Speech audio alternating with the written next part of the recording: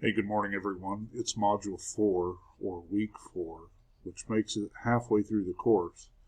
Everybody's done a really great job, and I appreciate, good gracious, I need more coffee, the work that you've done.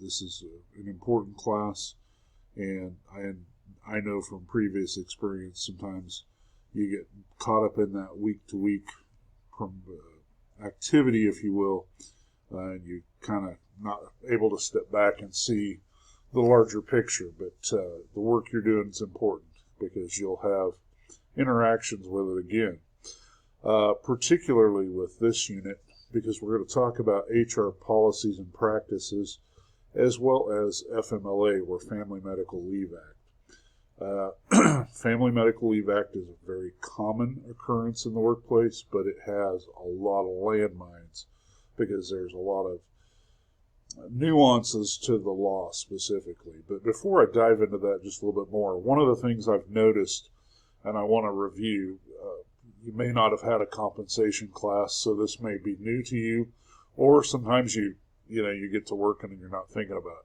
it. On the written assignment outlining the choices, there are some folks who have selected exempt employees being reduced, their work schedules being reduced by 25% or whatever, and saying that this is a union required meeting. If it was just your staff, that would be great. If it was non-exempt staff, that would be great. But remember, non-exempt employees are those who are hourly. They get paid for every hour they work or every subdivision of that hour, for example, and then they're eligible for overtime. Exempt employees, however, are salaried, so whether they work 40 hours or 400, they get paid the same amount. Now, there's some exceptions in there in terms of vacation and sick leave, and if they miss a day or whatever, as to how that gets paid out. But really, so the point here is if you're dealing with exempt level employees, they're usually supervisors, managers, directors, VPs, CEOs, all those type positions. They're not eligible to belong to a union. So really, you don't have to consult with the union about employees that are not being represented. And I'll be honest with you, as an exempt level employee, if you came in and said, we're going to cut your hours by 25%, I'd be like, okay, because I know I'm working 25% less, but you're still going to have to pay me my same amount because I'm not an hourly employee. Now, if I was an hourly employee and you came in and said that, I'd be a little concerned because like all of us, we have bills to pay and families to take care of and things like that. So just some thoughts as I've been looking through the assignments. The other thing I noticed on the HR inbox exercise, and we have another one coming up this week, and that's why I want to bring that up, is several folks have said, please tell me about your policies. Well, their policies are your policies. You're the HR professional in this particular instance. You better know your policies, because I guarantee you your employees will know the policies, particularly if they want to argue the point. So if you're coming across as you don't know what's going on, you're going to lose credibility. But two, you're going to find one employee invariably that will want to argue the point, and I assure you they will have looked at the policies.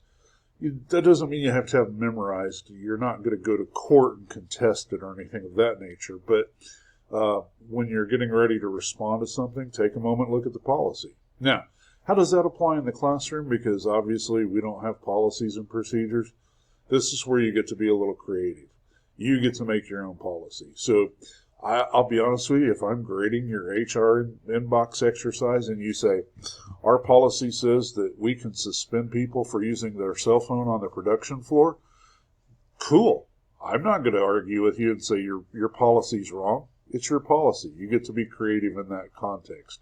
Now, if you tell me, Sally, who is pregnant and has worked for ABC organization for the past 15 years in a full-time capacity, is not eligible for FMLA, I may argue that point with you because I'm going to ask why that is. So you need detail. Well, because she took 12 weeks 3 months ago, and so she's not eligible because we used the look back method or whatever.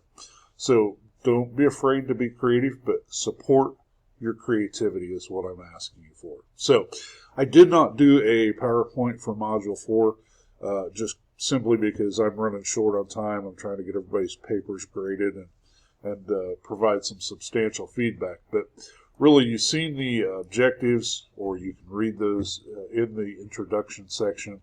You can see that we do have another HR inbox exercise. This one talks about some pay issues, some gender issues related to that compensation, as well as some FMLA. And then you can see there is an FMLA grievance.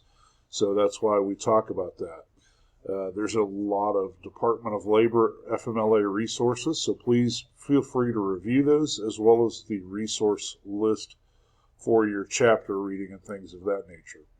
There is a smart book exercise, as usual, in this week. And then lastly, please start reviewing Milestone 1, which I believe will be due in Module 5. So, as always, we've got a lot going on. And again, you guys are doing great work overall. Just a few minor things to point out and work forward on. So I'm going to close out for now. Please, everybody, have a great week. And if you need something, reach out. I always enjoy interacting with our folks. So thanks.